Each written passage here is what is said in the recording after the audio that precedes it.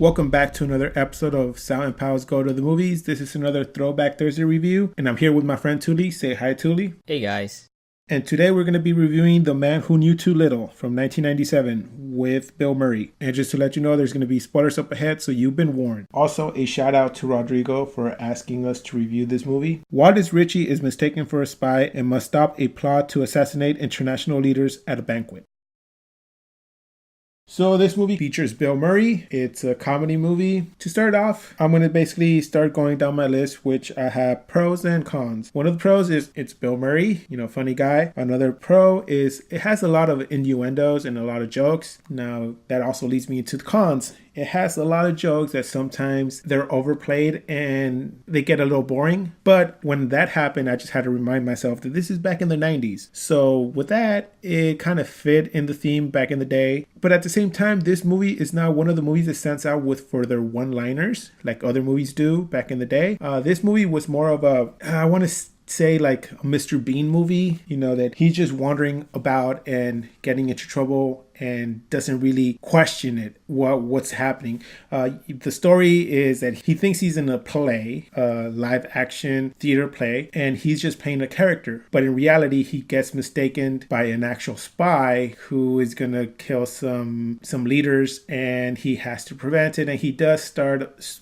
getting into little situations where he gets out of it by being clumsy and lucky at the same time, and just play on words. And people do take notice, and they keep following him, but somehow he just outwits them. In that sense, I enjoyed the movie because it had Bill Murray in it. The jokes were funny at sometimes, and just like playing out that you just kind of expected these jokes to be in the movie. At one point, I was questioning, why is this guy so dense, or why is he really slow? But then I recalled that his brother actually told his wife, "This is my brother after a few blows in the head," or something. It's kind of weird that he doesn't recall, or something about his memory, or that's making reasons or excuses for him being slow. And to me, it was like, okay, this is kind of setting it up. If I take it with this statement, then it makes sense for Bill Murray's character to act the way he does. Yeah, some of the jokes were funny. One of the funniest jokes that I saw was when his brother is catering to the Germans at his house, making a presentation. The SWAT comes in looking for Mr. Ritchie, and the maid replies, "Mr. Ritchie, he go for port. He go for port in his car." They ask, "Which port?" thinking she meant a ship port, and thus closing all the ports. Because this is like a misunderstanding, and it happens throughout the movie.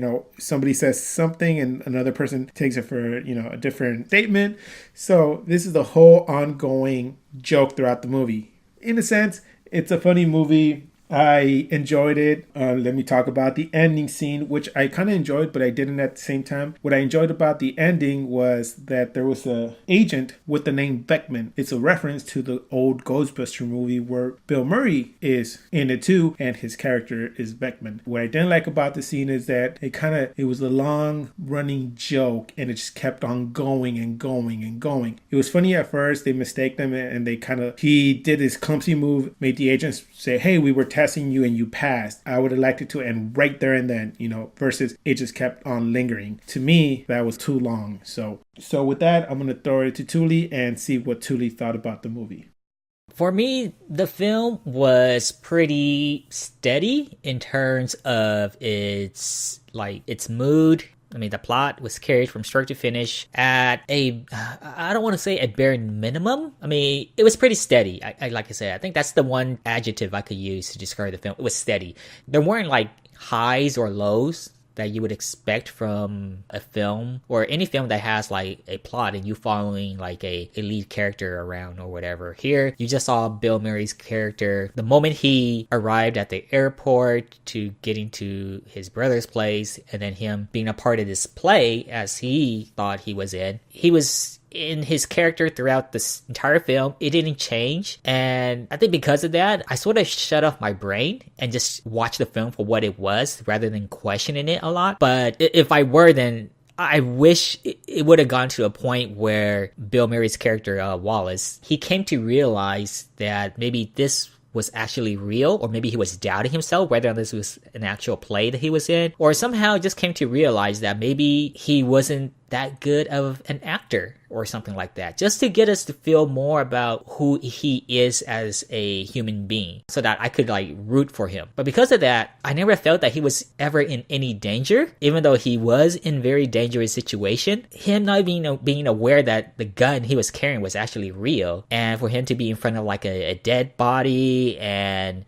driving around the town like a maniac and not caring about potentially harming anybody, even being in a play or something like that, I would question myself as to, you know what, I should still be careful. I felt like Wallace's character, he felt like he was invincible. Because he was in this play, he could do whatever he wanted and get away with it. I wish there was just a part in the film where he came to realize that maybe this was too surreal and that he would question this. And the people who he interacted with, they either saw him as being weird because of the stuff he was saying, to make it seem like the situation wasn't as serious as it should be. The girl that he was with, Lori, even she made comments that he should have like questioned himself. It's like, why are you saying all these weird stuff and stuff? But maybe it just, like what you said, Sal, just goes to speak on who the character is. Again, if I just turn on my brain and just watch it from that perspective. Otherwise, I would bring up those aspects of a movie where I would have liked to have seen happen to his character to show character development and growth. But because of that, we never really see that. So his character became pretty steady throughout. So again, coming back to that word, because it's pretty much the only thing I could come up with to sort of describe how this film was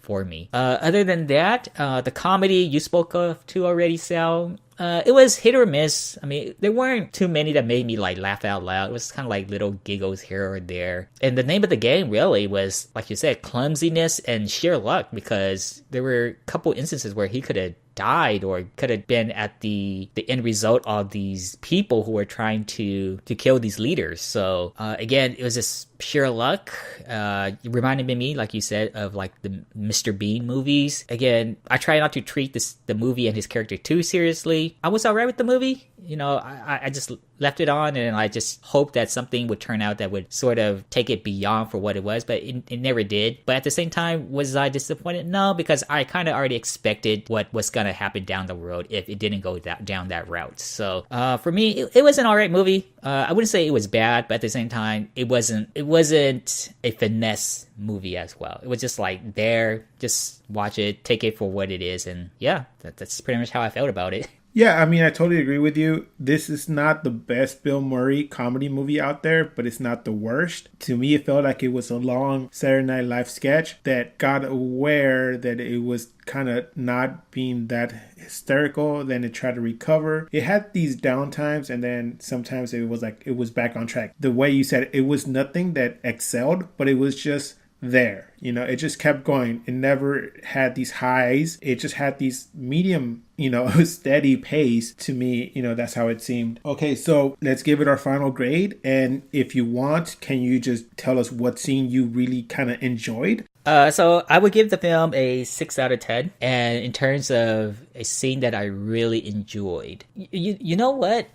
I'm not sure if I enjoyed it more so than maybe the irony of it all, where you have these guys who are trying to commit this horrendous crime, and those two guys who are always talking to Wallace through that special device. They make it seem like Wallace is always hitting the right marks, like he's saying this right thing in like code, and it's making them seem like he knows everything. And the fact that they're playing off each other like that, I mean, there's a couple of times where this happened throughout the film. Like I said, I'm not sure it was like one of my favorite scenes, but it's just ironic. I feel like you have these guys who are so serious about what they're gonna do, but yet they're allowing this guy to play them. It's just funny how they let their mind, or they let their guard down for this one guy alone, and they're allowing themselves to be defeated by the way he speaks to them, and somehow hitting the right marks and convincing them. Otherwise, there should have been somebody who was more serious on the other side talking to him, and they would have been to spot, hey, this guy, he's not a real spy or whatever. He's not serious. He's just some guy who's just part of this play. But I just found that to be ironic. So I don't know if